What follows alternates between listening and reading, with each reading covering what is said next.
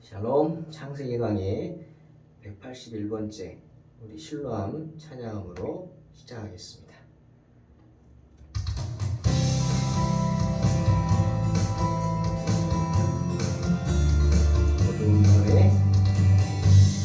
어두운 밤에 캄캄한 밤에 새벽을 찾아 떠난다.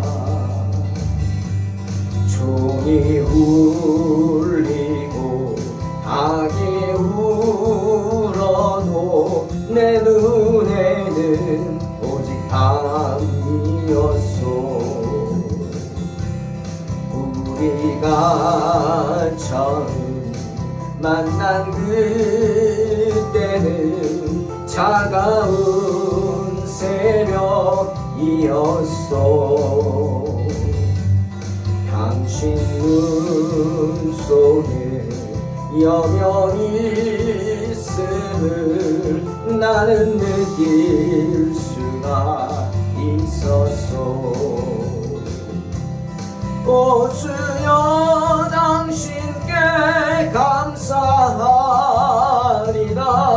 실로암 내게 주심을 나에게 영원한 이 꿈속에서 깨이지 않게 하소서. 어두운 밤에 캄캄한 밤에 새벽을 찾아 떠난다.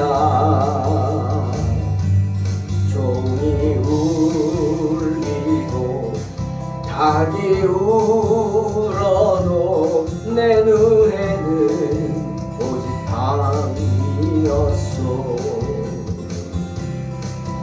우리가 처음 만난 그때는 차가운 새벽이었소. 당신 눈 속에 여명이 있음을 나는 느낄 수가 있었소. 오 주여 당신께 감사하리라.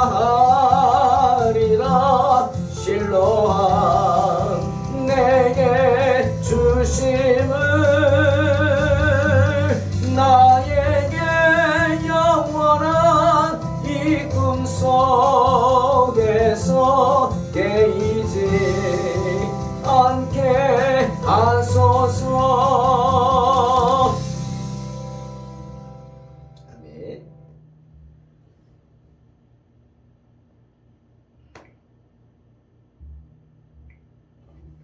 창세기 계속해서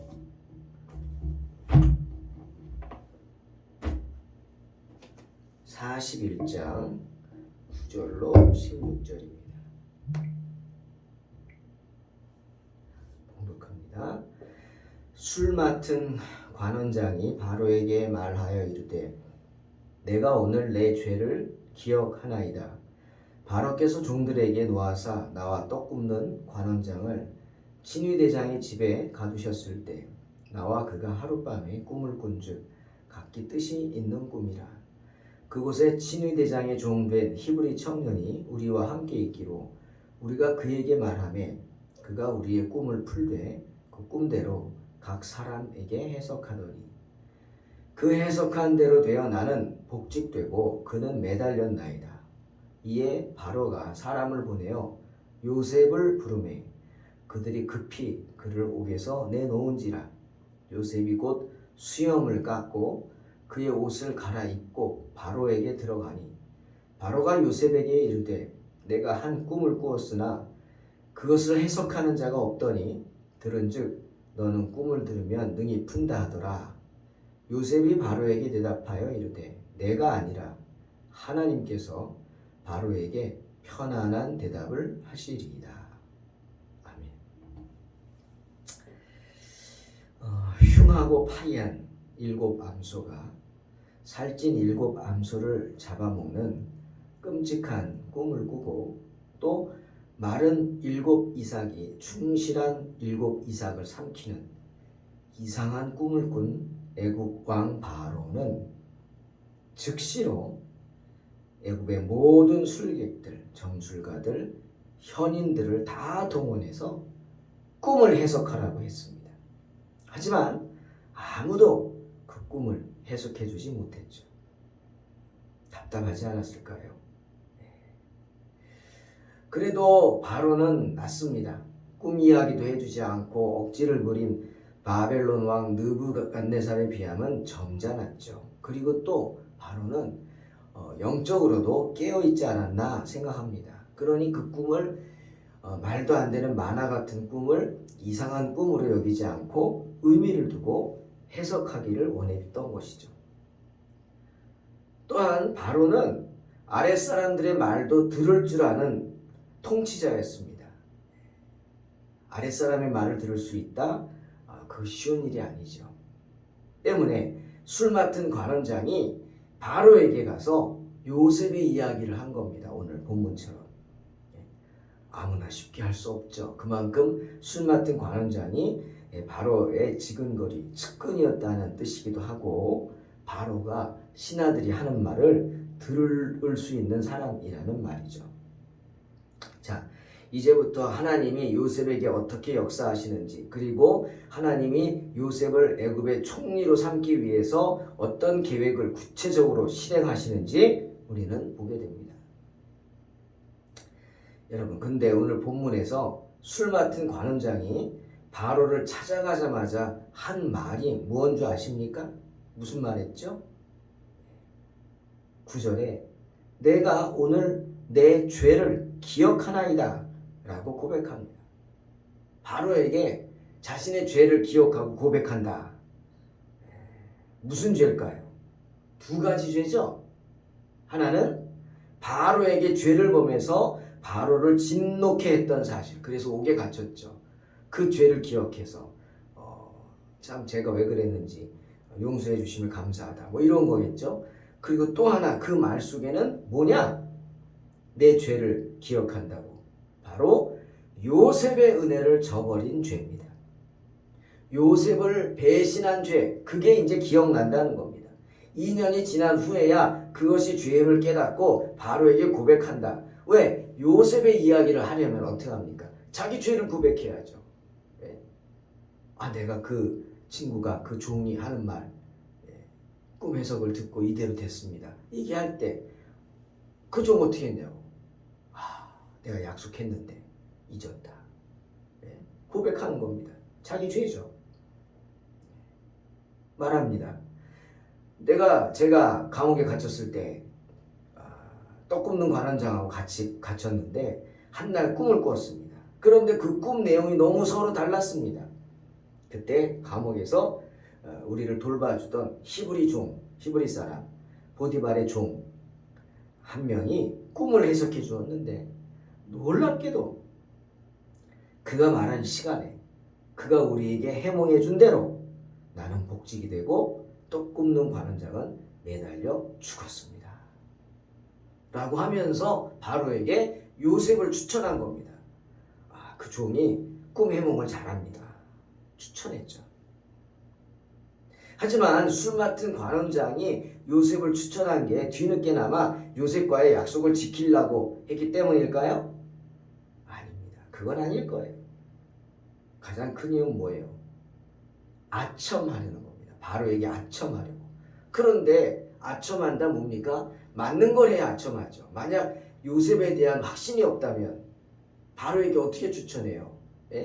엉터리를 추천했다가 그 사람만 화를 당해요? 추천한 자기도 화당할 거 아닙니까? 그런데 바로에게 요셉을 추천했다는 건 뭡니까? 요셉을 확신했다는 거예요. 요셉이 능력 있는 사람이고 영적으로 깨어있는 사람이고 꿈을 해몽할 줄 아는 사람이다. 확신을 했기 때문에 추천을 한 거죠. 아무튼 하나님께서는 악을 선용하시는 분이시기에 이런 술 맡은 관원장의 그런 아첨하려는 생각, 그 마음, 그 마음을 이용하셔서 요셉을 바로에게 추천하도록 하셨습니다. 그러자 바로가 어떻게 해요? 당장에 요셉을 불러오라고 합니다. 자, 친위대장의 감옥 난리가 났겠죠. 예? 난리가 났죠. 왕의 명령이 떴잖아요. 그것도 요셉을 데리고 오라고 합니다. 예? 그들 다 요셉 알잖아요. 그런데 요셉을 풀어주려고 가보니까 요셉의 모습이 말이 아닙니다. 수염이 제멋대로 자라있죠. 옷도 엉망일 거 아닙니까? 죄수인데. 그렇겠죠. 스마트했던 요셉의 모습. 보디발의 집사로서의 역할을 하며 스마트하게 고급 관리들을 상대했던 요셉의 모습은 사라지고 그 감옥에 갇힌 5년 동안 요셉은 초췌해졌을 겁니다. 그리고 술 맡은 관원장의 배신으로 인해서 2년의 기간이 얼마나 요셉에게 힘들었겠어요. 그러니 자기 관리도 제대로 하지 못하고 수염은 제멋대로 달아서 정말 얼굴이 엉망이 됐을 것이고 간수장이 놀라서 재빠르게 행동하죠. 요셉의 수염을 말끔히 밀고 깨끗이 씻긴 후 말끔한 모습에 새 옷을 갈아입히고 바로에게 보냅니다. 이스라엘 백성들을 구원코자 하시는 하나님의 놀라운 역사가 요셉의 추록으로부터 시작되는 것입니다. 사랑하는 성도 여러분, 베드로서 3장 9절에 주의 약속은 어떤 이들이 더디다고 생각하는 것 같이 더딘 것이 아니라 오직 주께서는 너희를 대하여 오래 참으사 아무도 멸망하지 아니하고 다 회개하기에 이르기를 원하신다 말씀하십니다. 즉 더디다고 생각하지 말라는 거예요. 하나님이 하신 약속은 반드시 지킵니다. 하나님의 일은 누가 하세요? 하나님이 하십니다. 그리고 하나님의 일은 하나님의 때에 이루어집니다. 하나님의 일은 하나님에 의해서 하나님의 때에 하나님의 사람들을 통해서 이루어지는 줄로 믿으시기를 주의 이름으로 축원합니다. 그러니 비록 시간이 더디다 할지라도 이루어지는 시간이 더디다 할지라도 결코 낙심하지 말아야 합니다. 내가 원하는 것처럼 당장 그 뜻이 이루어진다고 해서 꼭 좋은 것은 아닐 수도 있기 때문입니다. 개인적인 얘기를 좀 하면 제가 안 믿는 가정에서 태어나서 나름대로 버릴 수 있는 거 버리고 목사 되겠다고 대학원 가서 응답받고 지난 시간에 간증했죠. 그리고 목사가 되었습니다. 하나님이 가라시는 데는 다 갔어요. 골라서 가지 않았어요. 제주도도 갔어요. 그죠? 부산도 갔어요. 인천도 갔어요. 그냥 전국구가 됐네요. 그리고 아무도 모르는 동탄에 와서 개척까지 했어요. 여러분, 개척 아무나 합니까? 아니죠. 하나님이 특별한 사랑하시는 분들만 하는 줄로 믿습니다. 그렇게 개척을 하고 하나님의 종으로 세워지면서 많은 시간들, 목사가 된 지도 꽤 됐고요. 1996년도에 안수를 받았으니까 꽤 됐죠. 그러면서 목회를 하면서 뭔가를 해야 되겠다는 생각을 했어요. 그거 뭐냐? 그래도 하나님의 일을 하면서 뭔가 정말 어떤 눈에 보이는 거, 내가 교회를 막 성장시키고 누구처럼 예배당을 멋있게 짓고 그렇게 하지는 못했어요. 그런 마인드도 없고요. 능력도 없다면 할 수 없고요. 하나님이 쓰시는 대로 그냥 행복하게 해야겠죠. 그런데 이것만 하고 싶었어요. 뭐냐? 책을 하나 쓰고 싶었어요.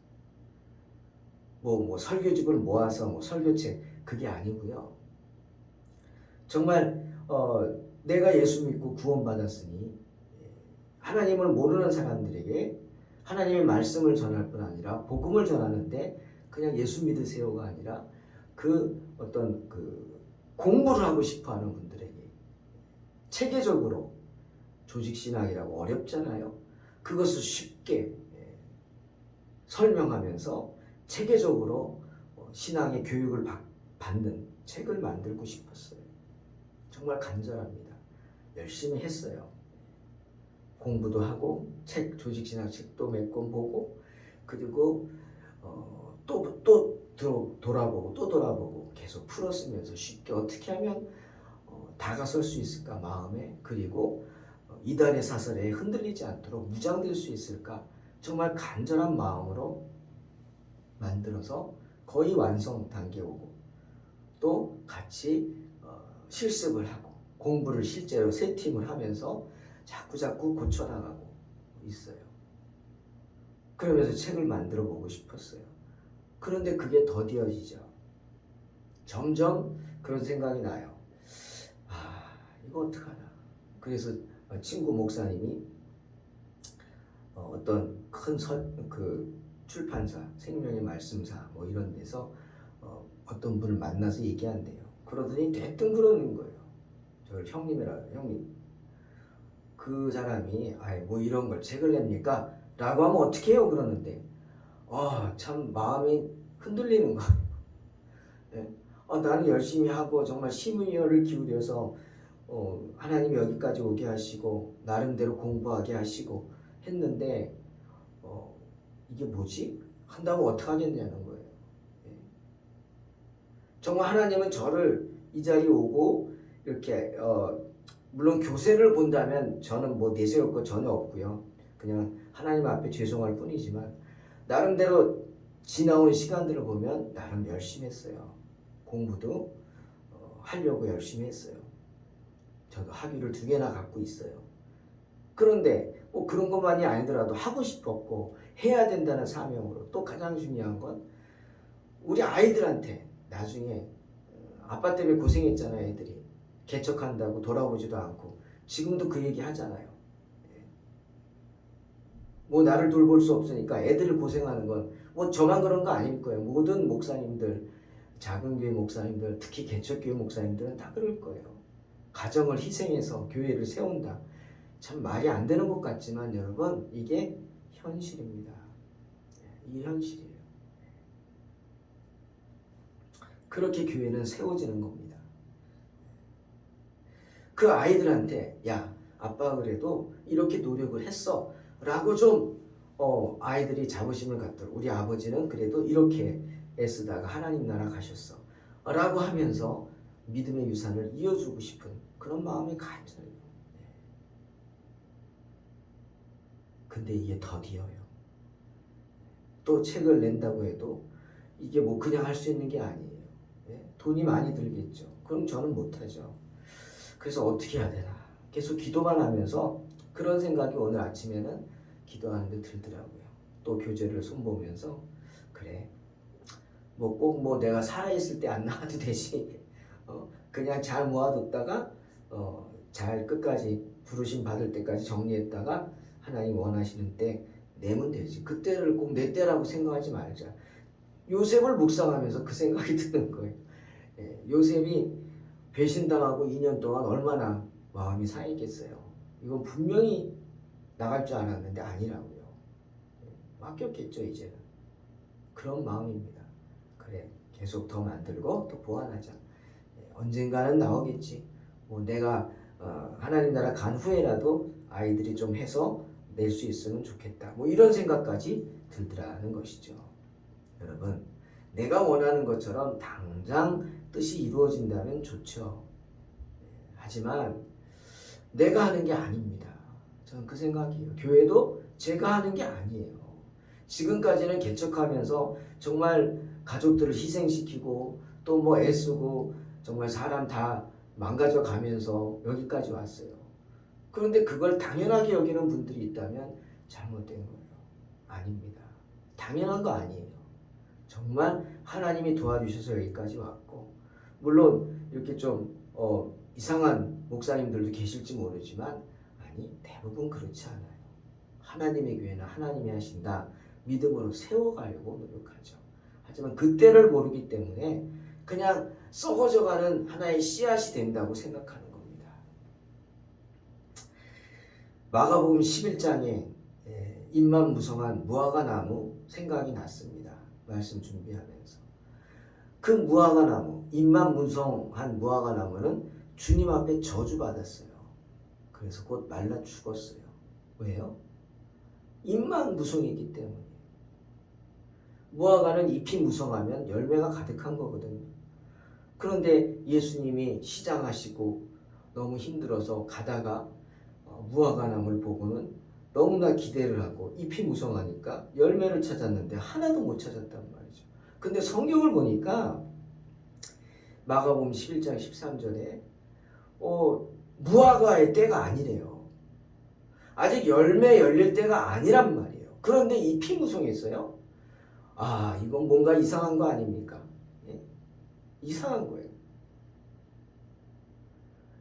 무화과가 정신없었던 거죠.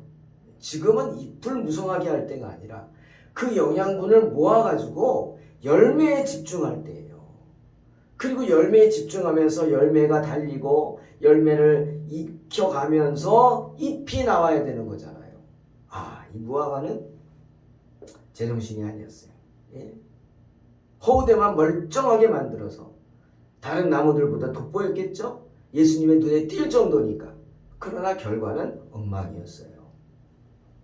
그런 사람이 되지 말라는 겁니다, 여러분. 예. 때를 모르면 이렇게 돼요. 그리고 무엇이 중요한지 모르면 이렇게 되는 거예요. 예. 우리 주변에 잎만 무성한 무화과 나무들이 얼마나 많습니까? 예.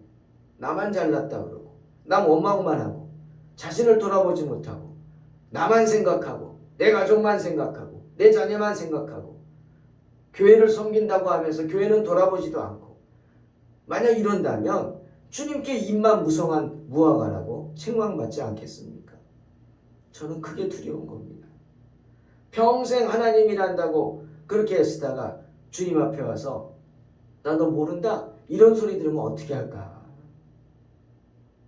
사랑하는 성도 여러분, 그 때를 모르고 무화과 나무처럼 하나님의 때를 모르고 하나님의 마음을 모르고 하나님의 뜻을 모르고 성급하게 자신의 허우대만 멀쩡하게 하려고 하다가는 결실하지 못합니다.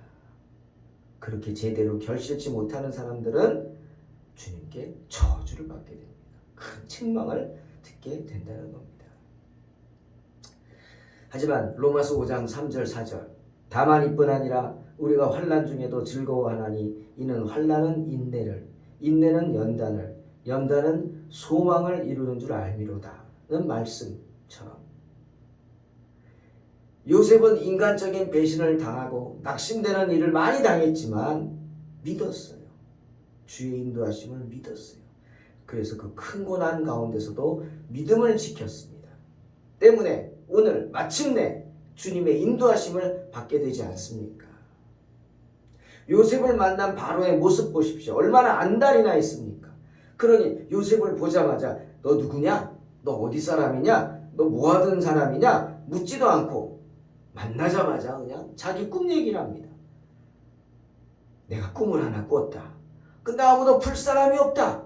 그러던 중에 너 이야기를 들었다. 네가 꿈 이야기를 듣기만 하면 푼다며 맞느냐? 내 꿈을 풀 수 있느냐? 재촉합니다. 왜죠? 요셉을 보자마자 큰 기대감이 몰려왔기 때문이죠. 당연하죠. 하나님이 그렇게 하시는데. 그러자 지혜로운 요셉 무엇이라 합니까? 아닙니다. 내가 아닙니다. 내가 아니라 하나님께서 바로에게 편안한 대답을 하시리라 믿습니다. 겸손하게 대답합니다. 나에게 무슨 그럴 힘이 있겠냐는 거죠. 내가 아니라는 겁니다. 내가 믿는 하나님이 해몽해 주실 줄로 믿는다는 것입니다. 사랑하는 성도 여러분, 요셉은 하나님의 사람으로서 성령만 충만했던 게 아니네요. 그죠? 인간적으로도 인격도 예의도 잘 갖춘 사람입니다. 때문에 요셉의 모습을 보십시오. 바로에게 경의를 표함과 동시에 하나님께서 그 꿈을 해몽해 주기를 소망합니다. 그런데 그 꿈이 어떻게 바로와 바로의 나라 사람들에게 평안한 대답이 되기를 소망하는 것입니다. 교만할 법도 한데 바로까지 인정해 주니까. 그런데 그들이 불신자라고 해서 내가 하나님의 종이라고 해서 절대로 함부로 하지 않습니다. 그들을 미워하지도 무시하고 얕잡아 보는 행동도 하지 않습니다. 11년간 종살이 시켰지 나를 이렇게 만들었지 감옥에 갇혔던 일들 원망하지도 않습니다. 그저 겸손히 바로와 그의 백성들에게 자신의 선의를 보여주는 것을 보게 됩니다. 왜죠? 거기에 하나님의 뜻이 있는 줄로 알았기 때문입니다.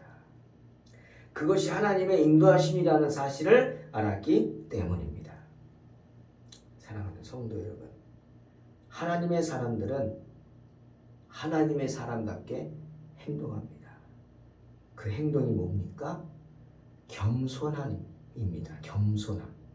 자기보다 남을 낮게 여기는 것입니다. 행여라도 내 한마디가 교만으로 비치지 않게 또 조심해야 합니다. 또 하나님의 사람답게 행동하는 것 또 하나는 누구를 원망치 않는 것입니다. 누구 때문이 아닙니다. 나 때문입니다. 나의 부족함입니다. 그러니 그럴수록 주님께 더욱 무릎을 꿇음으로 승리하는 저와 여러분 되시기를 주의 이름으로 축원합니다. 기도하겠습니다. 하나님 감사합니다. 오늘 또 요셉의 이야기를 통해서 우리가 얼마나 겸손해야 할지 또 얼마나 하루하루의 삶을 조심하게 신중하게 살아야 할지를 생각해 봤습니다. 하나님의 뜻은 하나님의 일은 하나님의 때에 이루어지는 줄로 믿습니다. 부족한 저희들이 안달하지 않게 하시고 내 생각과 다르다고 하나님을 원망치도 말게 하시고 그리고 주님 간곡히 기도합니다. 낙심치 말게 하시고 주저앉지 않게 하여 주시옵소서. 그저 하루하루 주님 주시는 은혜에 감사하면서 주님 소망하는 복된 성도들 되게 축복하여 주시옵소서. 그렇게 하루하루를 신실하게 살아가는 저희들 주님이 기억하시고 저버리지 않으시며 선하고 복된 길로 인도하여 주시고 세워주실 줄로 믿습니다. 주님 도와주시고 우리 동탄 소망교회 붙잡아 주시옵소서. 또 도마의 질문 이 책이 꼭 세상에 나올 수 있도록 주님 도와주시고 이를 통해 많은 영혼들이 그 책을 통해 또 하나님을 만나고 믿음의 선한 싸움 승리하는 귀한 책이 되게 도와주시옵소서. 예수님의 이름으로 기도하옵나이다. 아멘. 믿음으로 승리하시기 바랍니다.